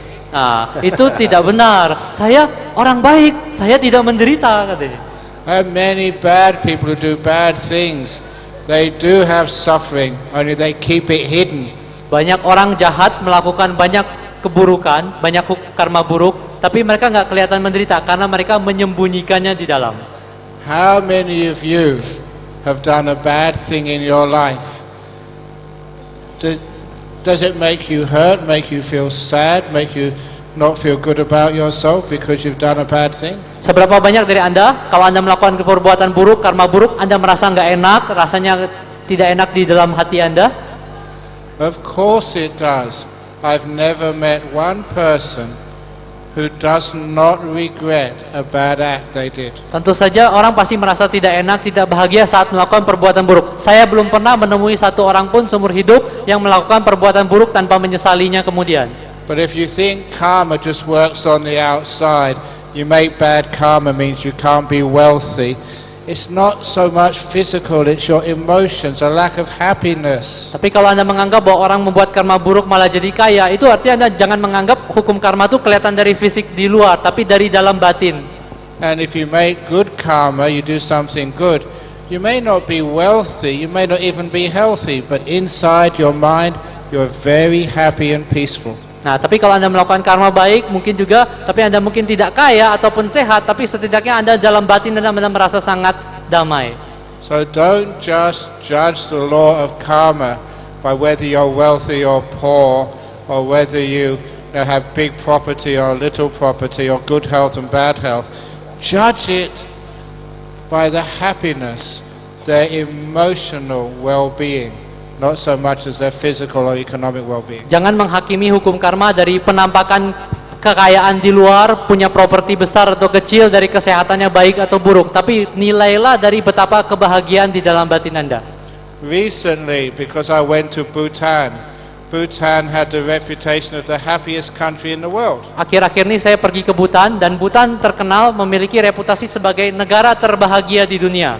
But they're not wealthy. The wealthiest nation in the world is probably United States. Tapi mereka tidak kaya. Mungkin negara terkaya di dunia adalah Amerika Serikat. But why is that not the happiest country in the world, Tapi- even though it's the wealthiest? Tapi kalau memang negara itu yang paling kaya, kenapa itu bukan negara yang paling bahagia? So remember, good karma gives you happiness, not necessarily wealth. Jadi ingat bahwa karma baik memberikan Anda kebahagiaan, belum tentu kekayaan. Bad karma gives you a lot of suffering, guilt, regret inside. Sedangkan karma buruk memberikan Anda banyak duka di dalam batin, banyak penyesalan. And you can prove that for yourself. Dan Anda bisa membuktikan itu sendiri. Itu. Oke. Pertanyaan berikutnya masih tentang karma. Sengaja saya pilih tentang karma. Terima kasih Anda sudah menanyakan ini. Maaf, mungkin pertanyaan di luar konteks acara malam ini, kata beliau yang tanya. Tapi malah saya rasa bagus sekali. Tadi waktu saya jemput Acan, saya tuh deg-degan Bapak Ibu. Acan itu biasanya naik Singapore Airlines, naik Garuda. Tapi kali ini naik Malaysian Airlines. Saya langsung deg, mati. Nomor penerbangannya berapa? Langsung saya cek Bapak Ibu. Amitovo ternyata. Nah ini yang mau ditanyakan oleh Bapak ini. Bagaimana karma bisa menjelaskan kejadian jatuhnya pesawat Malaysian Airlines sehingga banyak orang yang RIP, RIP itu apa? Rest in peace gitu ya. Belum tentu rest in peace itu, rest in tidak peace itu. Meninggal di tempat dan waktu yang sama. Malaysian Airlines, Yeah, not your flight. No, if I was on their flight, it wouldn't have fallen. If only. Ya, jadi penjelasan adalah kalau mereka nggak naik pesawat itu, mereka nggak bakal jatuh. Of course. Sometimes it's very hard to find out, but one thing in Buddhism, the Buddha said, it's not always karma. A certain number of flights will fall. There'll always be something wrong with the aircraft. Nah, jadi kadang-kadang penjelasan agama Buddha adalah tidak semuanya harus selalu karena karma. Pasti ada sesuatu yang lain, faktor-faktor lain, salah satunya mengenai pesawat itu sendiri. So that's why, because I fly a lot, sooner or later there'll be some problem in the aircraft which I fly. Misalnya seperti saya terbang sering sekali, jadi cepat atau lambat pasti ada masalah dengan pesawat saya. And so my plan is, my robe is like spare parachute. Jadi So saya I can sudah jump punya out. jadi saya sudah punya rencana. Jubah saya itu seperti parasut cadangan. Jadi So I'll be safe. jadi saya mudah-mudahan kalau itu terjadi saya akan selamat. Because monks have got good karma. If you wear trousers, no hope. Sebab ya itu biku menggunakan jubah ya banyak berbuat karma. Kalau kita pakai celana panjang nggak ada harapan. No, not good. Okay, next question. Oke. Acan, bagaimana cara kita mengatasi worry ya, akan kelahiran di alam mana kalau kita mati? Ya kita mati mau ke alam mana? Itu kan worry gitu ya. If you can do something about the future, then worry about it. Kalau Anda bisa melakukan sesuatu terhadap masa depan, Anda boleh mencemaskannya. Now, if you can sort of get home earlier by going a different way, then think about that. Tapi kalau Anda bisa memikirkan cara yang lain, lebih baik Anda melakukan sesuatu. But if there's nothing you can do about the future, why worry about it? Tapi kalau Anda tidak bisa mempengaruhi masa depan, buat apa Anda mencemaskannya? There's nothing you can do, Anda tidak bisa melakukan apa-apa terhadap masa depan. so don't worry. Jadi jangan cemas. It's a waste of time. Jangan membuang waktu. You're dying, Anda sedang meninggal, sekarat menuju kematian. so just enjoy it. Cukup nikmatilah. Nothing to worry about. Jangan cemaskan apapun. Tiada yang perlu dicemaskan. And why are people worried about dying? Kenapa sih orang-orang cemas karena hendak meninggal? Suppose that there was a prize this evening. Misalkan A prize. ada harga buat malam ini. One of you would win first class tickets to Los Angeles, staying in a 6-star hotel for 2 weeks with $1,000 to spend every day. Misalkan ada hadiah undian hari ini yang menang akan berlibur ke Los Angeles 2 minggu tinggal di hotel bintang 6. Bintang 6. Yes. And you won that prize. Dan Anda yang memenangkan undian itu. And you're going to get that ticket in 2 weeks' time. Dan Anda akan dapat tiketnya dalam waktu 2 minggu. Would you be excited? Apakah Anda akan gembira? Would you be thinking, only 10 days to go? Only 5 days to go? Only 2 days to go? Countdown ya. Bukankah Anda berpikir, wah 10 hari lagi nih, 5 hari lagi nih, 2 hari lagi nih. So what's better? Going to Los Angeles with $1,000 US to spend every day staying in a 6-star hotel, or going to heaven? Which is better? Jadi mana yang lebih baik? Pergi ke Los Angeles, tinggal di hotel bintang 6, tiap hari dikasih uang saku $1,000, atau pergi ke surga? Going to heaven is much better. Jelas pergi ke surga jauh lebih baik. So when you're about to die, you should say, only 5 days to go. Only 2 days to go. Only 1 day to go. Yeah. Jadi kalau Anda sudah sekarat, Anda sebaiknya mikir, wah 5 hari lagi, 2 hari lagi gitu ya. So that's how to not worry when the doctor says you've only got 10 days to live. Jadi itu caranya supaya tidak cemas pada saat dokter memvonis Anda tinggal 10 hari lagi nyawa Anda. Anda bilang yes, hore gitu ya. Okay. Very good. Ajahn, no, is very quite serious question. Yeah, about meditation. Karena mengenai meditasi, hubungannya dengan aware everywhere. Jadi kenapa kita diminta untuk latihan meditasi anapanasati atau pernapasan, mengamati napas? Padahal yang bisa mencapai pencerahan kan meditasi vipassana atau meditasi awareness, penyadaran. Nah, buat apa latihan napas? What is the use of the breath exercise? No, the way to get enlightened is not vipassana. Cara mencapai pencerahan bukanlah vipassana. It is not meditating. Itu bukan dengan meditasi. It's eightfold path. Tapi dengan jalan mulia berfaktor 8. The whole 8 factors. Seluruh dari 8 faktor itu. You can't take shortcuts. Anda tidak bisa lewat jalan pintas. I'll just do 7 factors. Atau Anda bisa mengurangi cuma jadi 7 faktor. Or just 6. Atau cuma 6. No, if there was shortcut, the Buddha would have said 5-fold path. Nah, kalau ada jalan pintas, Buddha pasti ngomong jalan mulia berfaktor 5. So you need 8-fold path. Tapi beliau bilang jalan mulia berfaktor 8. Not just vipassana, you need right speech, right action, right livelihood, right view. You need the whole lot. Tidak cuma vipassana, Anda harus punya pandangan yang benar, perkataan benar, pemikiran benar, pernyataan benar, dan yang semuanya lagi. 8 faktor.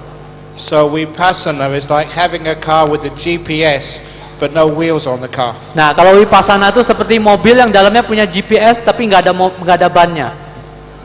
So you have the insight, but you got no wheels to go anywhere. Jadi kalau Anda masuk ke dalam, Anda punya GPS tapi nggak ada bannya, nggak bisa kemana-mana. So you need all 8 factors, the whole car. Jadi Anda butuh 8 faktor itu, Anda butuh semua komponen mobilnya. That's how you get enlightened. Bagaimana, begitulah cara Anda mencapai pencerahan. And meditation is one of those factors. Dan meditasi adalah salah satu dari faktor itu. That's like the gas, the petrol in the engine. Itu seperti bensin atau BBM dalam kendaraan itu. Or like the electric motor, because have hybrid cars now. Atau udah seperti motor listriknya, sebab banyak mobil hybrid zaman sekarang. So that's the best. Dan itu adalah yang terbaik ya. The best fuel The best is to have it. the whole lot. Ya, betul. Dan yang terbaik adalah memiliki semua komponen mobilnya.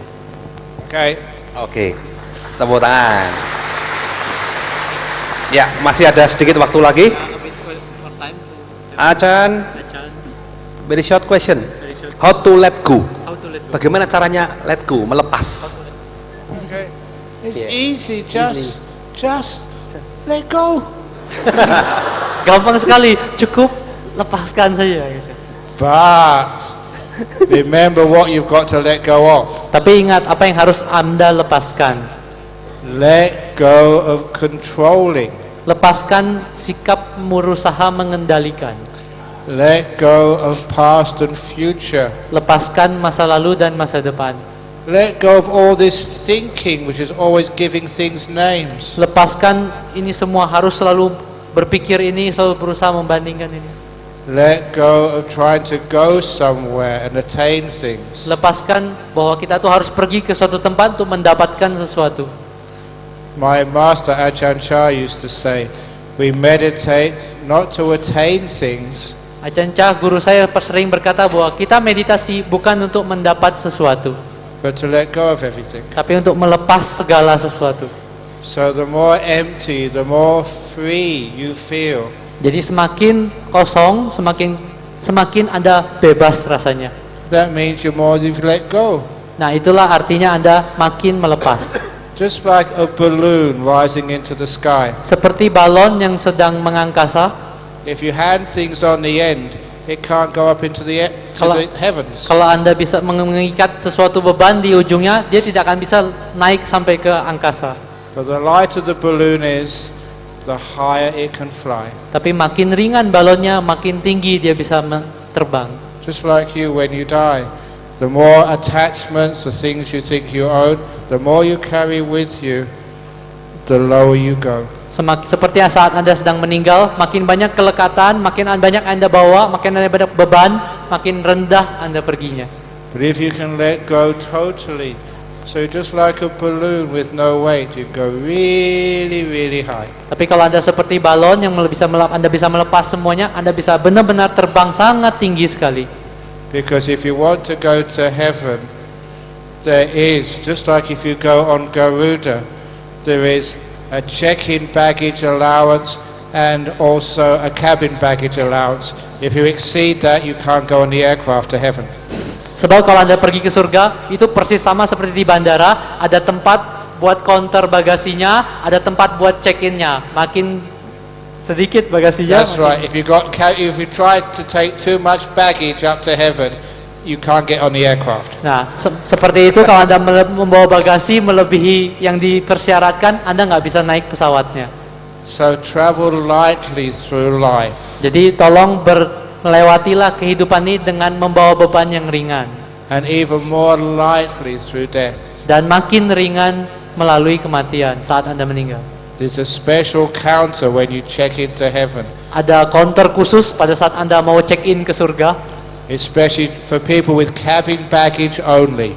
No check-in baggage. Hanya dengan orang yang punya bagasinya di kabin, tidak ada orang lewat bagasi. So you can be free and travel high. Jadi Anda bisa bebas dan berkelana makin tinggi. I've always noticed that birds, they fly from Australia to Indonesia to Russia, all over the world.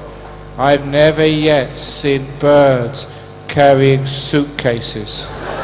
Seperti saya pernah mengamati burung-burung ya, mereka terbang dari Australia ke Indonesia, ke Rusia, ke seluruh dunia.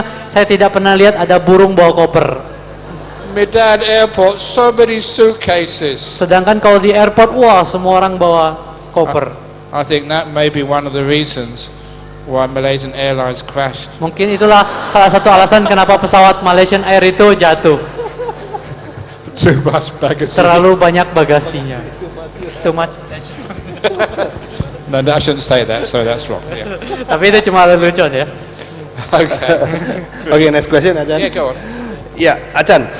Apakah tujuan hidup setiap manusia di dunia ini? Toh pada akhirnya kita semua akan mati juga kan? Kalau semua orang mau mati, tujuannya jadi apa? What's the purpose of going to school? Apa sih tujuan Anda sekolah kalau begitu? Nah, When you get to my age, you forget everything you learned in school. Toh Anda kalau udah umurnya Aca, Anda lupa semua pelajaran di sekolah. So what's the purpose? Jadi apa tujuannya? It is because of the journey. Itu karena itulah perjalanannya. So the meaning of life is not where you start or where you end. It's the journey of your life. That's what's important. Jadi makna kehidupan itulah bukan dari mana Anda mulai sampai di mana Anda berakhir, tapi di perjalanannya. Itulah makna kehidupan ini. We all end up the same, that we all die, but it's how we get to that end, which is the most important thing in life. Bukan di mana kita berakhir, yaitu semuanya berakhir pada kematian, tapi bagaimana kita mencapai kematian itu. So as many people have said, it's a journey, not the destination, which is important. Jadi banyak orang berkata bukan tujuannya atau tempat tujuannya yang penting, tapi perjalanan itu yang penting. It's not whether you get the project done, but how you do it. Bukan bagaimana cara menyelesaikan proyeknya, tapi bagaimana proyek itu selesai, tapi bagaimana Anda menyelesaikannya. you'll all go to sleep tonight like I will go to sleep soon. And when you do, you'll think, we've all ended up in the same place, but how do we all get there? What have we done today? Anda toh semua akan pergi tidur malam ini, saya juga sebentar lagi akan tidur.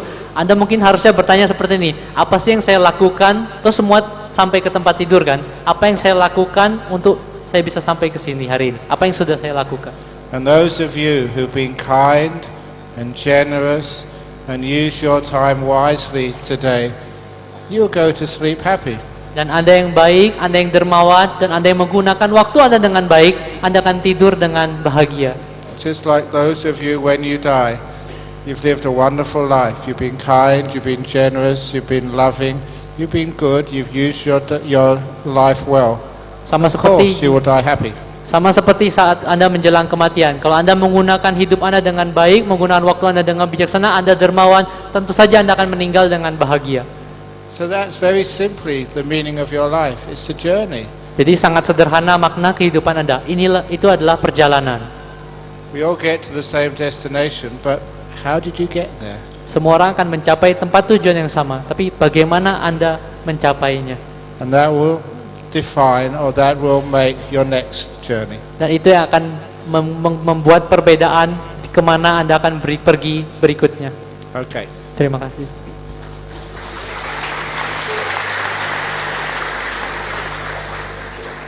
Enough. Cukup.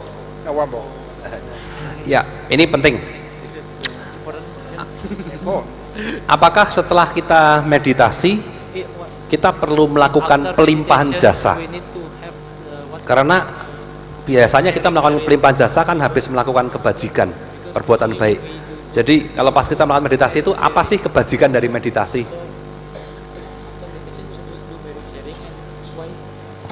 Okay. After you've done good things, it is good to share what you've done with other people.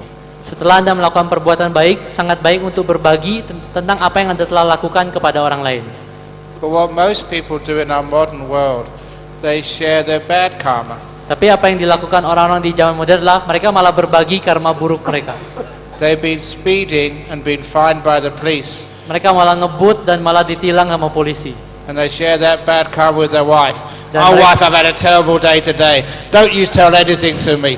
Oh, I'm feeling a bad mood. Rah, rah, rah, rah, rah, rah, rah. That's called sharing bad karma. Nah mereka malah berbagi karma buruk tuh ke istri mereka. Istriku tadi aku ditilang sama polisi, betapa buruknya dunia ini. Wah. Nah itu namanya berbagi karma buruk. But when you've done something good, you become in a good mood. Tapi- And you're sharing that good mood, that happiness, those smiles with others. Tapi saat Anda melakukan perbuatan baik, Anda dalam suasana hati yang baik dan Anda berbagi suasana hati itu kepada orang lain. All the good karma which I've done in my life, all my meditation, my generosity, my virtue, I've been sharing all of that with you this evening. Jadi semua perbuatan baik yang saya lakukan, semua meditasi saya, semua keluhuran saya, semua sila saya seumur hidup saya, sekarang saya sedang berbagi kepada Anda semua. That is the main reason why we share good karma or share bad karma. That makes us who we are, and we can share our wisdom and happiness and compassion because we built it up. Itulah sebabnya kenapa kita berbagi karma baik ini, sebab itulah yang membuat kita tuh jadi siapa gitu loh. Nah, itu juga membuat kita tuh makin lama makin bijaksana. So it happens naturally whether you do chanting or not. Jadi itu akan berbagi karma itu akan terjadi secara alami apakah Anda mau baca parita atau tidak. But one of the reasons why we do the chanting, it does give you the opportunity to think of maybe your parents or grandparents, people without whom you would not be here today. Tapi saat Anda membaca parita itu memberi Anda kesempatan untuk mengingat tentang orang tua Anda atau kakek nenek Anda, sebab Anda bisa ingat bahwa berkat mereka lah Anda bisa ada di sini. So it is an expression of gratitude Jadi itu adalah ungkapan rasa syukur for your ancestors who you respect and you remember on these occasions. bagi leluhur dan nenek moyang Anda yang membuat Anda bisa hadir di sini. And that's always a very beautiful thing to do.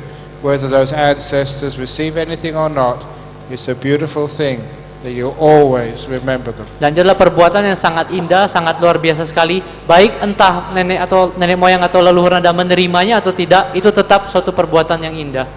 And this is not a Chinese tradition, respecting your ancestors. I'm English monk.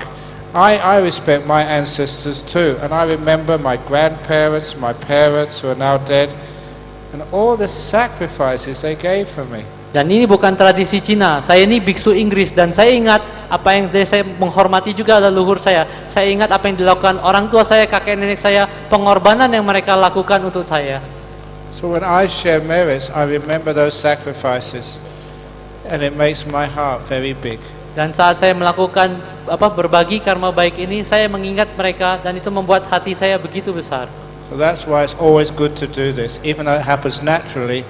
We do it on purpose. Itulah sebabnya sangat baik untuk melakukan sharing karma ini ya, Because it's beautiful. karena itu indah sekali Very good. dan ini terjadinya alami ya. Thank you, Ajahn.